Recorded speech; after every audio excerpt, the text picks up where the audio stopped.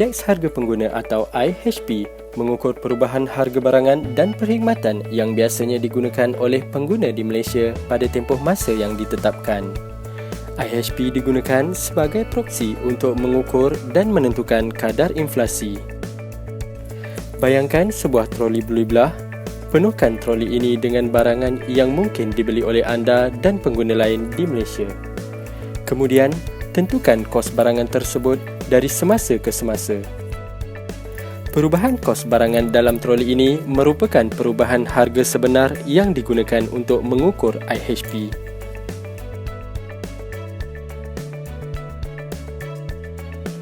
Bakul IHP mengandungi 552 barangan dan perkhidmatan yang dibeli oleh isi rumah di Malaysia.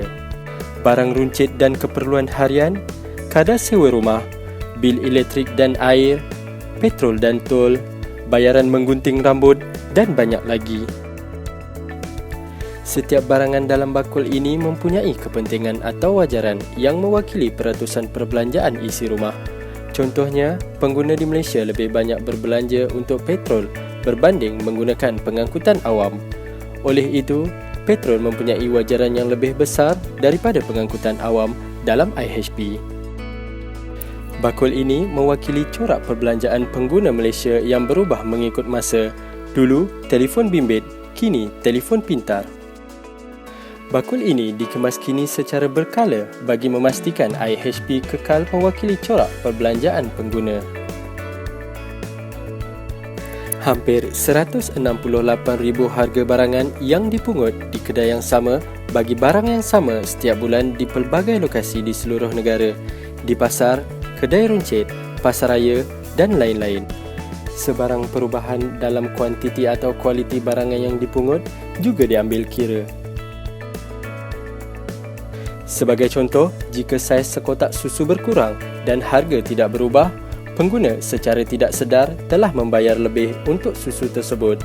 Pelarasan harga akan dibuat supaya perubahan ini ditunjukkan dalam IHP.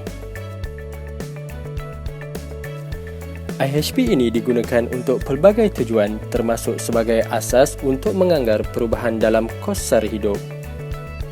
IHP juga digunakan oleh kerajaan dan perniagaan sebagai indikator untuk menilai prestasi ekonomi dan membantu dalam pembentukan dasar kewangan dan fiskal. Jabatan turut menerbitkan inflasi teras Malaysia yang digunakan sebagai panduan operasi dasar monetary. Terima kasih kerana menonton. Untuk maklumat lanjut, sila layari www.dosm.gov.my.